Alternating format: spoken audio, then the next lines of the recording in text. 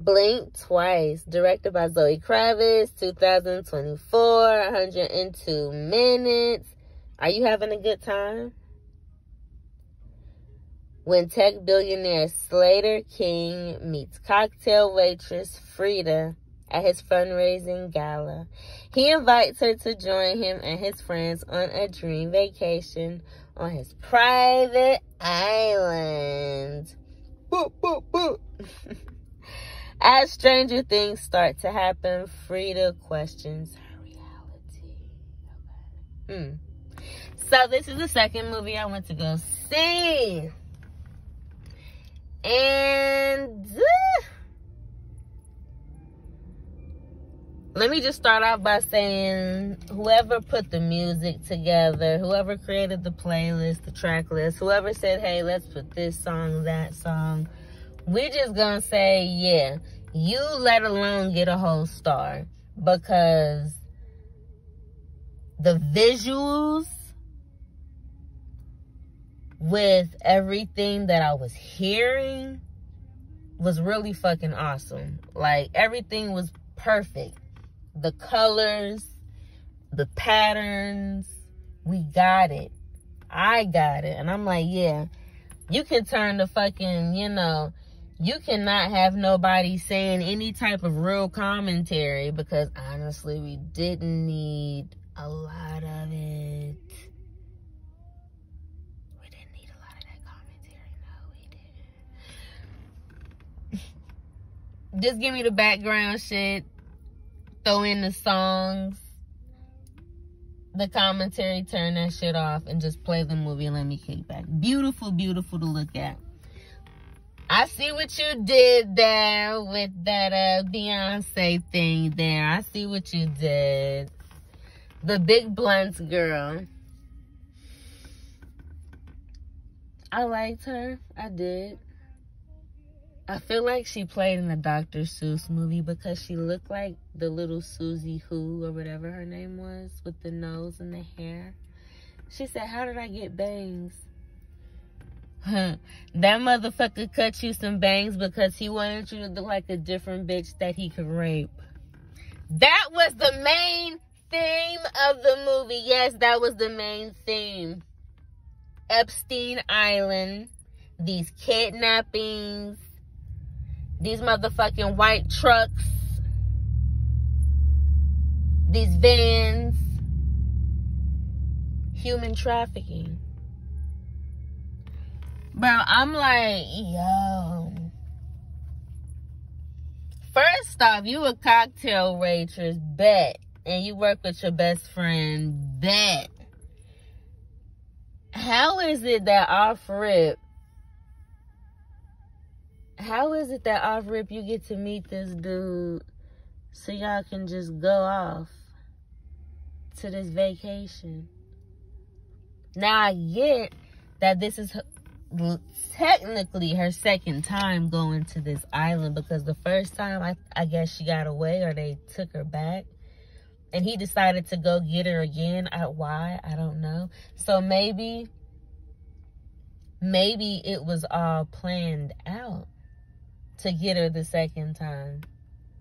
But why would you bring her back the first time? Channing Tatum, that's you? You handsome. No, but I almost didn't like the movie to a certain point. Once I started to get to the middle of the movie, and I got kind of, it was like awkward moments when it came to the commentary and them speaking. The jokes. The things that were meant to be funny, the conversations between the two main girls towards the end was like, what the fuck are they talking about? What? Yeah, we know what y'all talking about, but this shit isn't silly at all. I get it could be silly if you switched up the timing of it. The timing was too fucking off. Like, they would let the joke go on, and it was like, I don't know. It's not. Well, what the kids be saying, it's not giving. It's not giving. So that's what kind of turned me off to the movie. I don't know why I didn't think this was going to be this type of film. And I'm glad I didn't see a lot of trailers and things for it, because this is exactly why. This was low-key of a good surprise and a savor of this film. Because otherwise, if this part wasn't here, I probably wouldn't have liked the film, because I don't think they would have gotten a better ending for this.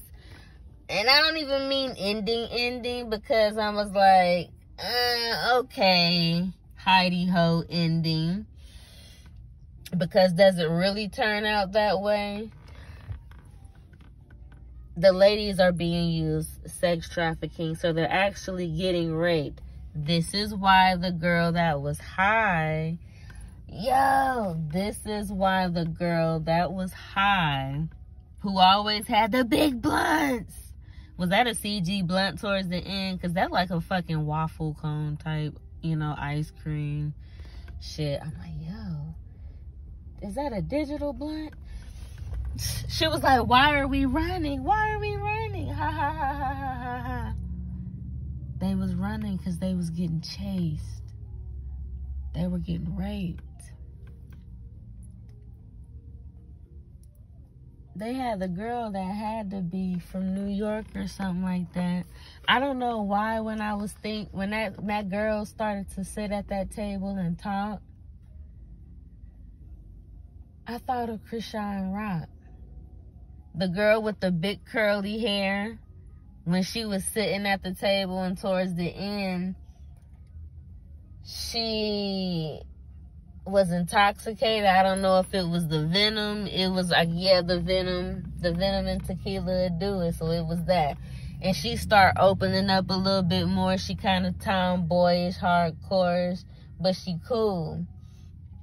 She reminded me of Krishan Rock. I'm like, is that supposed to be her? Because you can tell this was a whole, like, Gen Z. I think that's what this was here. They had the sayings and all that shit. They had a digital blunt. The girl was like, why are we running? Why are we running? Y'all was running because y'all was getting fucked up. They had that homegirl tied up. They had her tied up to the pole like a witch. Like, what the fuck was you finna do?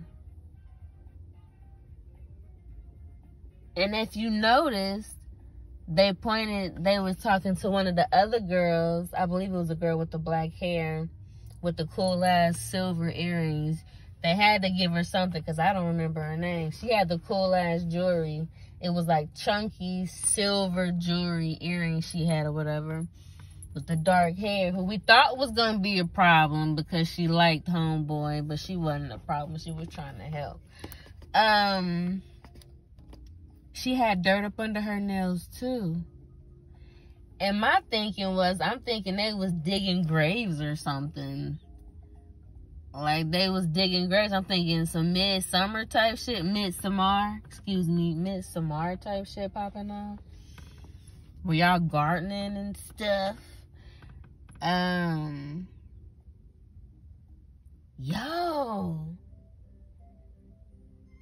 That Slater dude kept talking about chickens. And then what just popped in my head was the homegirl that had all the bud, who always was smoking, she went up to the gate of the chickens, to their cage, and she was just looking through.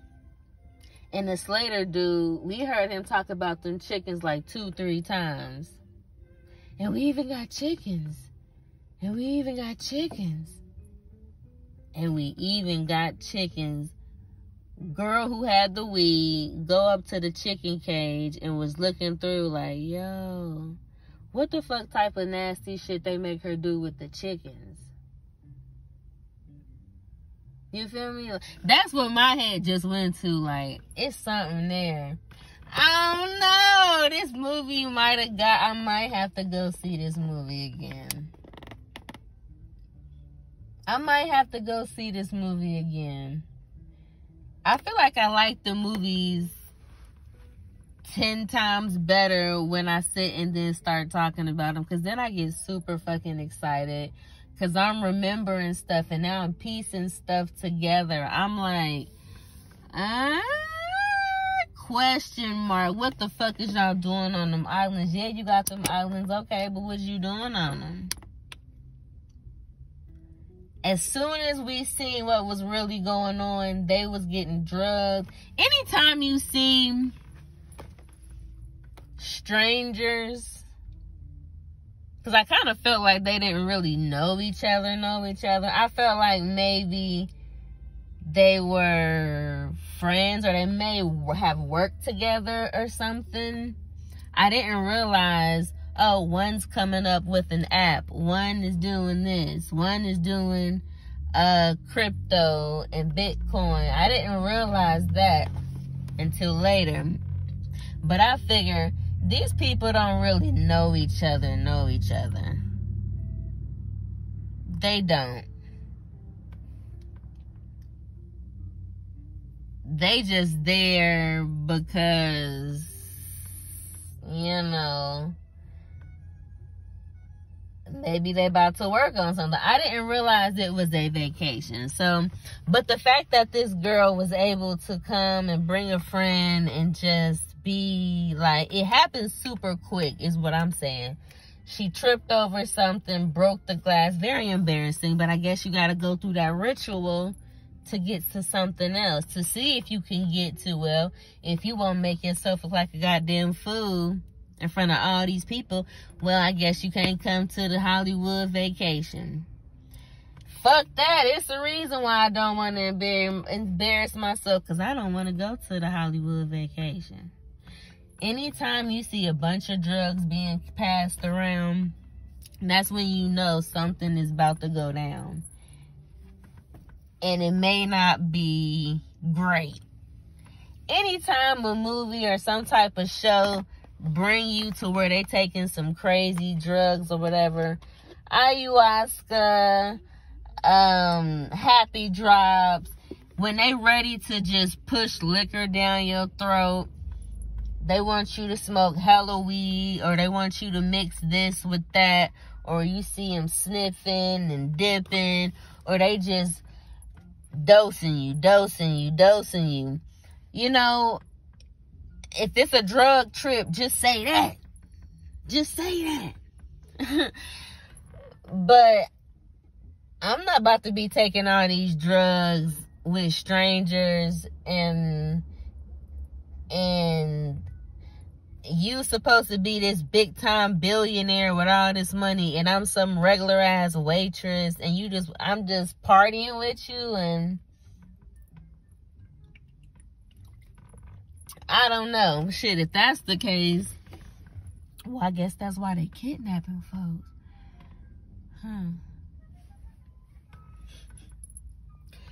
This movie is, I don't want to say this movie is fun, because the message of the movie isn't fun. How they presented it, I'm going to be real, how they presented it to you was fun. It made you, I guess that's why they said put that little bit of information at the front of the movie where they had to warn you. This movie definitely had a message, and I feel that's why I want to now go see it again, and I want to change my rating to a 3 out of 5. At first, it was very much so below average. Average is about a 3.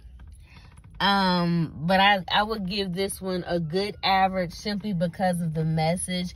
If a movie is able to pull me back in with some type of real shit message, especially since I'm a conspiracy theorist, and I've already been looking into shit like that back in the YouTube days when I used to be on YouTube scared, because I would look all into that Illuminati shit and Planet X and what they be doing at the party. So I already knew weird shit was popping off. But now to see it in the theaters and the IMAX, and you in your lounge seat just kicking back, watching what they actually doing and kidnapping, it's like, yeah, okay, we get what's going on, and now we see it.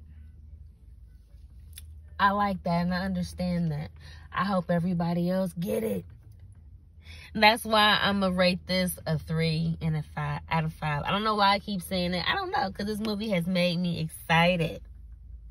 I will say, what doesn't give this movie a better score is a lot of the conversations being had. I think as far as them doing things, they overdid it. The left, right, cutesy, east, west, that thing.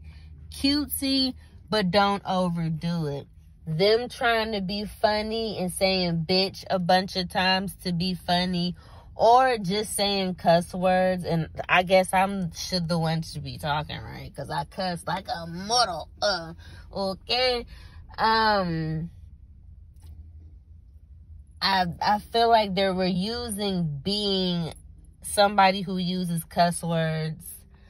The cuss words were a joke. Cuss words aren't necessarily a joke. I don't know. Just because somebody cusses doesn't mean it's funny, is what I'm getting out of it. A lot of the things they did too much. The timing of how they did certain things was off. It was off. I'm not sure if it was supposed to be that way, but it felt like long, drawn out, awkward moments. You know, because I'm like, somewhat cringy, but somewhat like, okay.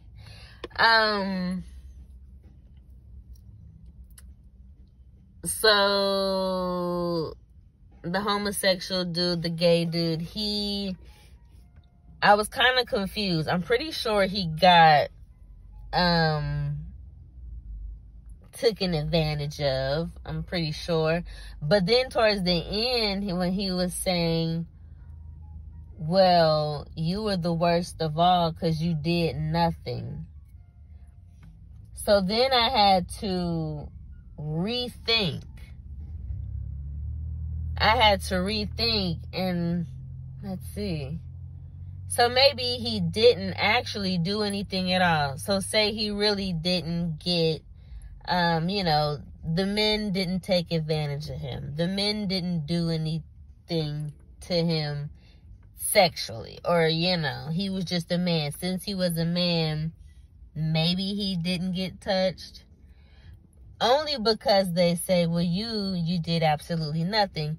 Which meant, because he was asking, I guess, sexually maybe. He was asking, well, no, you didn't do anything.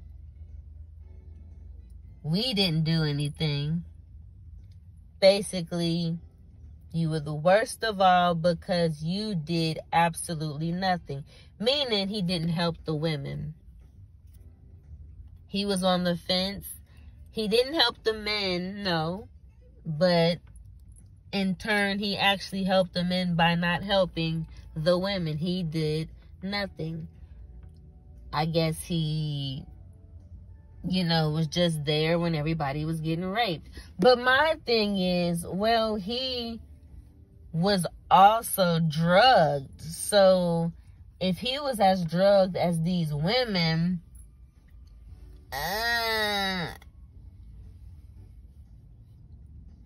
he would have, he wouldn't have been able to help no way because he's that fucked up. They were literally in a different mindset. They were somewhere else on those drugs. My thing is, I am not taking these drugs. Now, mind you, you may get me to smoke a little bit of the herb, Especially if I see you keep pulling it out, and you're smoking it too, so I know it's got to be on the safe side, and I'm getting whatever you getting, and I see, you know, everybody all good, but I'm not about to be dosing, and I'm not sure if the food was infused or not, but I'm not about to be dosing all of this. Especially, I would have been worried about my phone the whole time, knowing ain't nobody gonna call or text me for real, but I need my shit because I don't want nobody to steal it, one, and just in case I need to, you know, I need the folks to see where I'm at, you know, just in case, because I don't know, and I guess the purpose, that's the purpose, right? Yeah.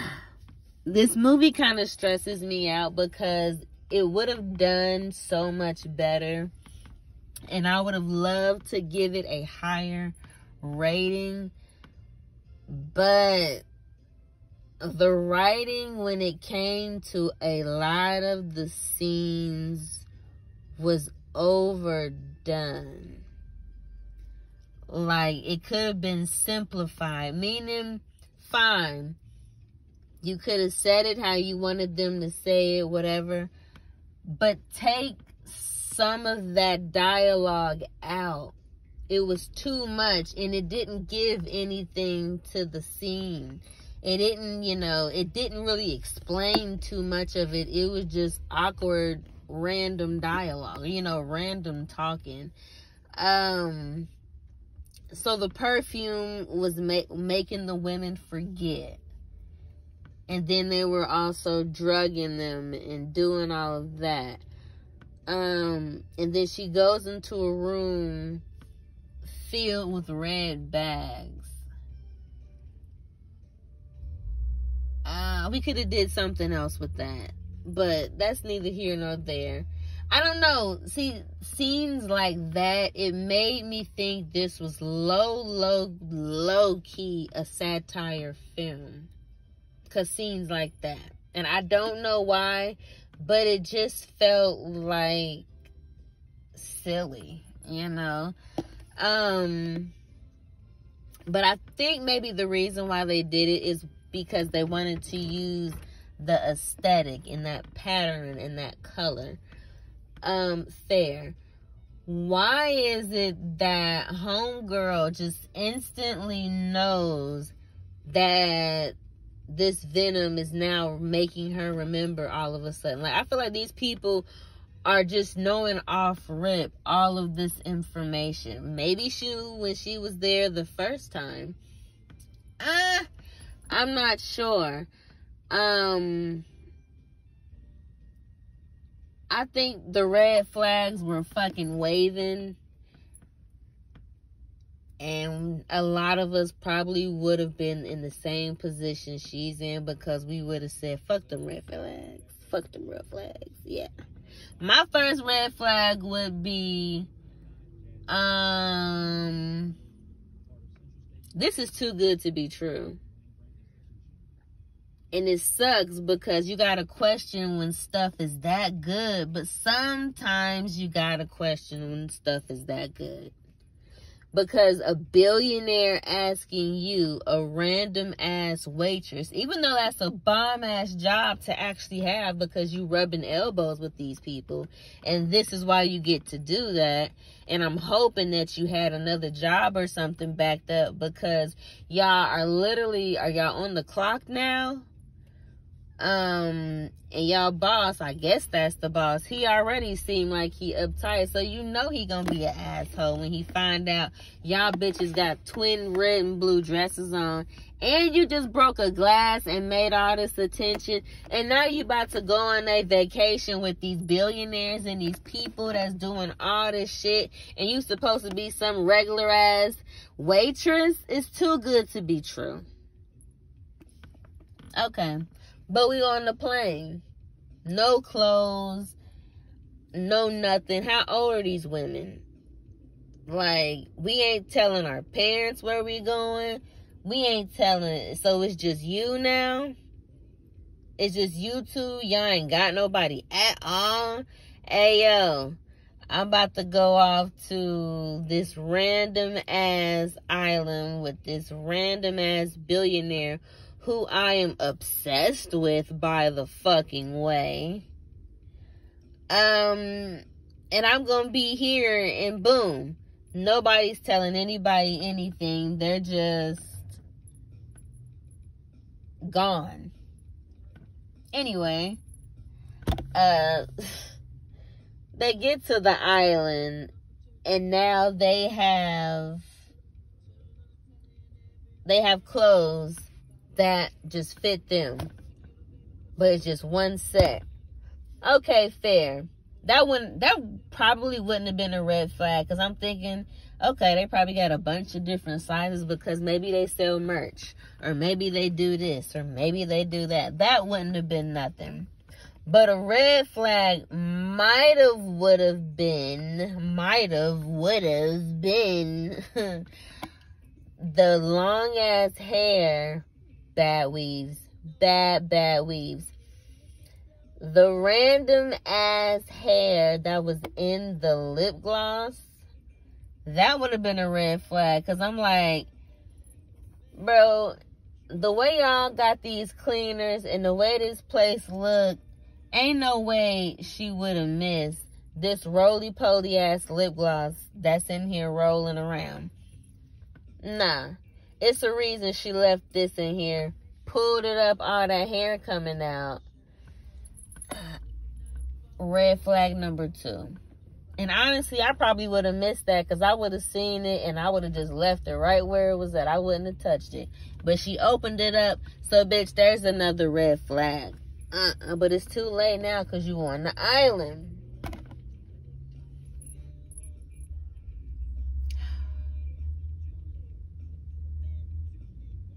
The elderly lady, I think that had to be the mom or something.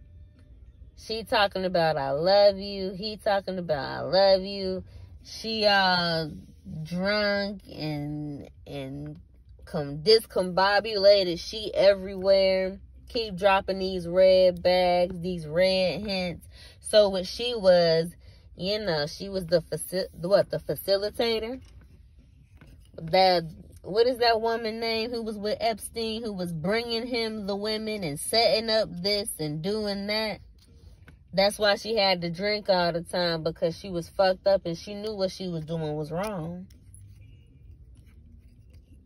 But the money was good. She was living a life. She was bringing them people and setting up shit. I gotta see this movie again.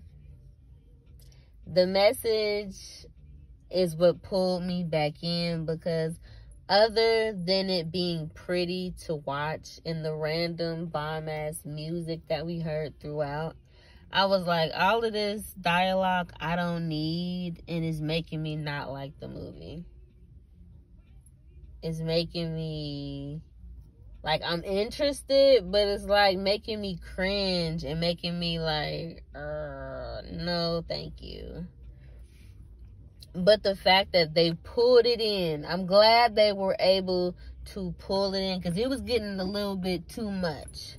They pulled it in and they said, boom, this is what it is. Now, I don't necessarily know if I liked that ending.